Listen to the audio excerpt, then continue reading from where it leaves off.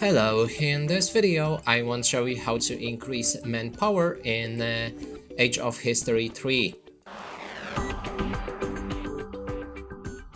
To do this, first we'll need to click on our Manpower tab right here.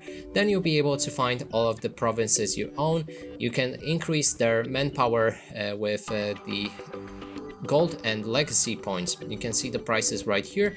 Click on the price next to the province and it should increase the manpower by certain amount, like legacy points. 2 legacy points equal 0.25 manpower, and 15 plus gold equals 1 of the manpower.